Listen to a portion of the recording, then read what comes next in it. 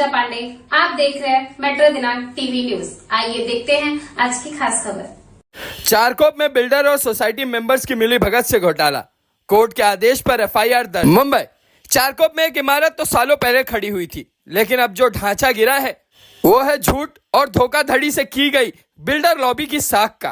कांदिवली पश्चिम के चारकोप इलाके में स्थित चारकोप आश्रय cooperative housing society limited sector 3 में बिल्डर नितिन गांवकर, उनकी पत्नी विद्या गांवकर और संध्या क्षितिज डेवलपर के खिलाफ ऐसा मामला सामने आया है जिसे देखकर लोग कहने लगे हैं यहाँ सीमेंट से कम जुगाड़ से ज्यादा काम हुआ है। इस घोटाले का पर्दाफाश हुआ एक आम लेकिन हिम्मती इंसान सूर्यकांत पांडुरंग मोरे की कोशिशों से, जिन्होंने सबसे पहले अपनी समस्या को लेकर पुलिस के पास दस्तक दी। पुलिस ने भी वही किया जो आमतौर पर करती है, शिकायत सुनी, चाय पी और फाइल दबा दी। डीसीपी के दरवाजे पर भी मोरे साहब पहुंचे, लेकिन वहां भी उन्हें आश्वासन की चुंगी रसीद थमा दी गई। सरकारी महकमों में शिकायत की, मगर वहां भी जवाब मिला, आपका मामला विचाराधीन है, मतलब फाइल है लेकिन खुलनी नहीं है। जब हर सरकारी रास्ता बंद दिखा तब सूर्यकांत मोरे सीधे पहुंचे अदालत में, और फिर कोर्ट ने वही किया जो कानून से उम्मीद की जाती है। सारी बात सुनने के बाद जिला मजिस्ट्रेट ने इस मामले की गंभीरता को समझते हुए बिना देरी किए बिल्डर नितिन गांवकर और उनके साथियों के खिलाफ एफआईआर दर्ज करने का आदेश दिया। अब मामला सिर्फ पेंडिंग पेमेंट या गलत फ्लैट अलॉटमेंट का नहीं था। यहां आरोप थे सरकारी दस्तावेजों से छेड़छाड़ करने, फर्जी कागज बनाने, चीटिंग और विश्वासघात के। कहने का मतलब अब बिल्डर का नाम नक्शे में नहीं एफआईआर में दर्ज हो गया है। लेकिन मसला यहीं खत्म नहीं होता। मजेदार बात यह है कि एफआईआर सिर्फ नितिन गांवकर पर ही नहीं बल्कि पूरी सोसाइटी के कुछ चुनिंदा सदस्यों पर भी दर्ज हुई है। जी हां, सोसाइटी का वो हिस्सा जो शायद मीटिंग में चाय कम मलाई ज्यादा पी रहा था।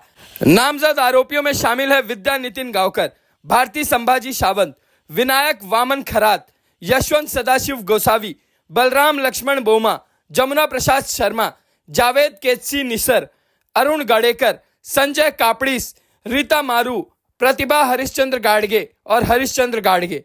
अब सवाल यह उठ रहा है कि जिस पुलिस ने पहले इस मामले को दबाने की कोशिश की और जिन नेताओं ने इसे रफा दफा करने में अपनी सिफारिशी ताकत लगाई, क्या वे कोर्ट के आदेश को भी नजरअंदाज करेंगे? सबसे दिलचस्प दृश्य यह है कि एफआईआर दर्ज होते ही पूरी आरोपी मंडल ऐसे गायब हो गया जैसे परीक्षा के दिन पढ़ाई न करने वाला छात्र। ना फोन उठ रहा है, ना घर पर मिल रहे हैं और शायद अब उन्हें नींद भी नहीं आ रही होगी। चारकोप पुलिस के लिए अब सबसे बड़ी चुनौती यह है कि इन भागते चेहरों को कब और कैसे पकड़ा जाएगा। यह मामला सिर्फ एक सोसाइटी का नहीं बल्कि पूरे सिस्टम की हालत पर एक बड़ा सवाल है। देखना दिलचस्प होगा कि अगली मीटिंग में चारकोप आश्रय सोसाइटी की होती है या फिर पुलिस स्टेशन के हवालात में, क्योंकि अब खेल बिल्डिंग की कागजों से निकलकर सीधे न्याय की चौखट तक पहुंच चुका है। अब आइए देखते हैं मेट्रो दिनांक टीवी न्यूज पर इस मामले में शिकायतकर्ता सूर्यकांत मोरे और हाईकोर्ट के एडवोकेट सुबोध पाठक ने क्या कुछ कहा इस रिपोर्ट में। सर, हम चाहते हैं माननीय न्यायालय ने जो आदेश दिए हैं उस आदेश के तहत तुरंत सभी आरोपी के ऊपर कार्रवाई हो, सबको अरेस्ट किया जाए। जो न्यायालय के आदेश है उस आदेश का पालन किया जाए। मैं विनती करता हूँ हमारे पुलिस स्टेशन को कि आप जल्द से जल्द इनके ऊपर कार्रवाई करें। मैं ऐसी आशा रखता हूँ। और इसके साथ में सेम इसी डेवलपर ने नितिन गांवकर, विद्या गांवकर, उनकी कंपनी है संध्या क्षितिज, उस कंपनी ने बाजू की सोसाइटी जो ली है आर्यन प्रभु, उनके साथ में बड़ा फ्रॉड किया है। सब सीनियर सिटीजन है, आप चाहिए तो उनकी तरफ कैमरा मार सकते हो। सभी को परेशान किया है और सभी को गाली दे के ऐसी गंदी गाली देते सर जो हम कैमरे में बोल नहीं सकते, ऐसी धमकी देते और वो धमकियों में सबको डरा के रखा है। कौन है, क्या नाम है उनके? नितिन गांवकर, विद्या गांवकर, संध्या क्षितिज डेव्हलपर। अभी बघा, माझे अशील जे आहेत स्वाती सूर्यकांत मोरे आणि सूर्यकांत मोरे ह्यांच्यावरती अन्याय झालेला आहे। यांच्या एक दुकानाचा गाळा या आपण जिथे आता उभे आहोत त्या बिल्डिंगमध्ये त्यांचा गाळा आहे आणि ह्याचा जेव्हा पुनर्विकास स्वयं पुनर्विकास जेव्हा झाला तेव्हा ह्यांना सोसायटीने ह्यांना ॲडिशनल एरिया देण्याचं कबूल केलं होतं।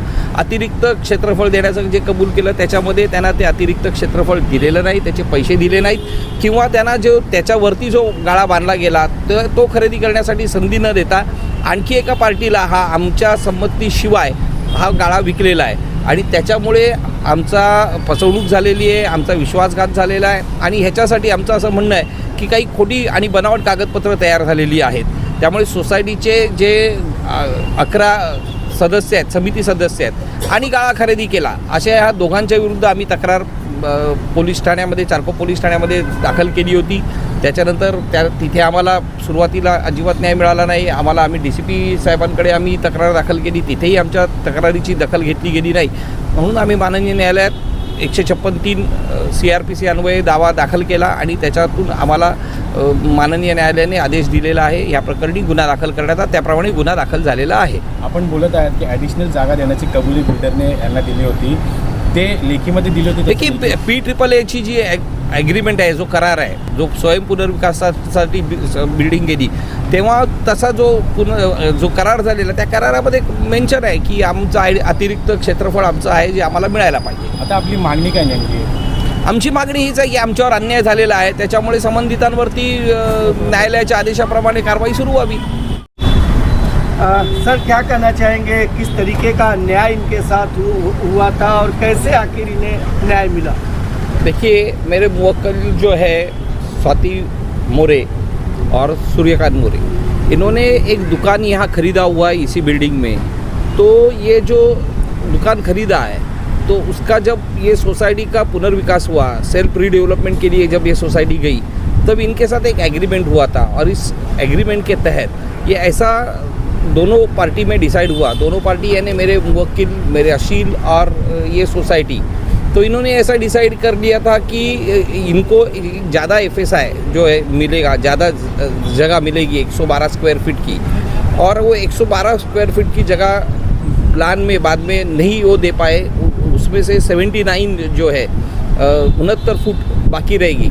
तब ये दोनों पार्टी में डिसाइड हुआ था या तो ये 69 स्क्वायर फीट का उनको 20,000 रुपये स्क्वायर फीट पर स्क्वायर फीट के हिसाब से या तो इनको पैसा देके इनका क्लेम खारिज किया जाएगा, या फिर इनको जो ऊपर जो दुकान बनेगा उसमें जो एरिया रहेगा तो उसमें से 79 स्क्वायर फीट कट करके जो बाकी रहेगा उसका पैसा ये देंगे.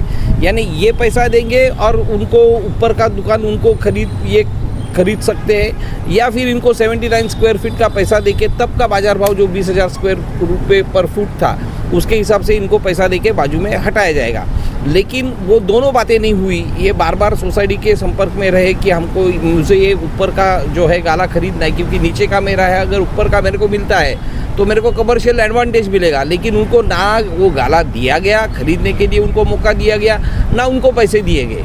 तो इस तरह से पहली उनकी शुरुआत जो है चीटिंग से हो गई. इनका ब्रीच ऑफ ट्रस्ट हो गया. जो इन्होंने जो तय किया था, जो इनके PAAA में है वैसे कि इनको 79 स्क्वायर फीट का उनको या तो पैसा दिया जाएगा या तो इनको खरीदने का मौका दिया जाएगा, लेकिन ऐसा कुछ हुआ नहीं. और बाद में इनको पता चला कि कोई और आदमी ने ये जगह सोसाइटी ने उनको बेच दी. अब जब तक इनका क्लेम नहीं हटेगा तब तक दूसरा कोई यहाँ कैसे आ सकता है. तो यहाँ से इनकी चीटिंग को शुरुआत हो गई. जब इन्होंने कोशिश की, सोसाइटी से बात की, इन्होंने पुलिस स्टेशन में गए, ये DCP साहब के पास गए कि मेरे ऊपर अन्याय हो रहा है, तब तक इनके ऊपर लिटिगेशन चालू हो गया. उनको ऊपर का गाला तो बाजू में रह गया, नीचे के गाले पे ही इनके ऊपर लिटिगेशन चालू हो गया कि मेंबरशिप नहीं इनको मिलेगी. इनको कागजात के लिए इनको तरसाया गया, इनको मेंबरशिप के लिए अभी तक तरसाया गया. नीचे के दुकान के भी अभी मेंबरशिप नहीं इनको मिल रही है. तो तब तक इनके और जिसने गाला खरीदा उनमें भी लिटिगेशन शुरू हो गया. हमारा ऐसा कहना, ये लिटिगेशन जो है झूठ है. हमें हमारे क्लेम से दूर रखने के लिए ये जो इनमें लिटिगेशन दोनों पार्टी में चालू होगी, वो सिविल कोर्ट सूट पेंडिंग है. फिर जो दोनों पार्टियां वहाँ झगड़ रही है, अगर समझो सोसाइटी ने उनको वाकई में बेचा है तो फिर सोसाइटी उनके साथ क्यों ये खेल खेल रही है. तो ये सारा मामला जो है ये हम उसको सूडो फाइटिंग बोल रहे हैं कि ये झूठ मूठ की लड़ाई है. और ये झूठ मूठ की लड़ाई इसलिए कि हमें हमारे अधिकार से वंचित रखने के लिए ये लड़ाई लड़ी जा रही है, ताकि हम ये सब कुछ ना मिले. इसके लिए हमने सारे फोरम जो है, सारे लीगल फोरम के ऊपर हमने कोशिश की हमें न्याय मिले. हम डेप्यूटी रजिस्ट्रार के पास गए, हम डिविजनल जॉइंट रजिस्ट्रार के पास गए, मुंबई के हाई कोर्ट के में जो उच्चतम न्यायालय है उसमें हमने गुहार लगाई है.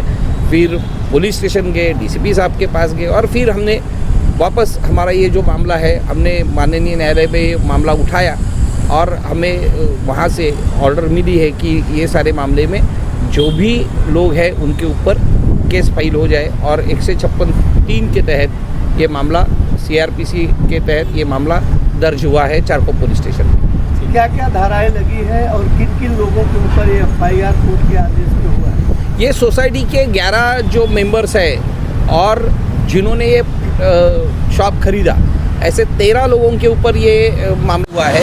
और वो धाराएं है कि एक तो फोर्जरी है, उसमें चीटिंग है और ब्रीच ऑफ ट्रस्ट है। 406, 420, 465, 467 ये इस तरह की लगी है और भी धाराएं हैं। और ये पुलिस अभी उसके ऊपर FIR दर्ज हुआ है और मामला अभी पुलिस स्टेशन में इन्वेस्टिगेशन के लिए ये काम चालू हुआ है। हमारा तो यही है कि जो हमारा 79 स्क्वायर फुट जो एडिशनल था, तो उसमें हमने जब ये दुकान खरीदने की हमने कोशिश की, जब हमने सोसाइटी से हमने गुहार लगाई कि हमको ये दुकान जो है ऊपर का हमको खरीदना है, तो हमको खरीदने के लिए मौका मिलना चाहिए, क्योंकि ये हमारा पहला क्लेम है। हमारा वही अभी तक 79 स्क्वायर फीट का मामला जो है वो एडमिटेड फैक्ट है, वो तो अभी है रिकॉर्ड पे। तो हमको ये गाला खरीदने के लिए हमको मौका मिले, लेकिन हमको मौका ही नहीं दिया जा रहा है। और जबकि कोई और को इंटरेस्ट जो है, थर्ड पार्टी इंटरेस्ट क्रिएट किया गया। थर्ड पार्टी क्यों किया गया, ये क्या इसमें थर्ड पार्टी का क्या इंटरेस्ट है, थर्ड पार्टी को क्यों इसमें लाया गया, अगर लाया है तो क्यों लाया गया, ये सारा मामला इन्वेस्टिगेशन का है। वो चारकोप पुलिस स्टेशन उसका इन्वेस्टिगेशन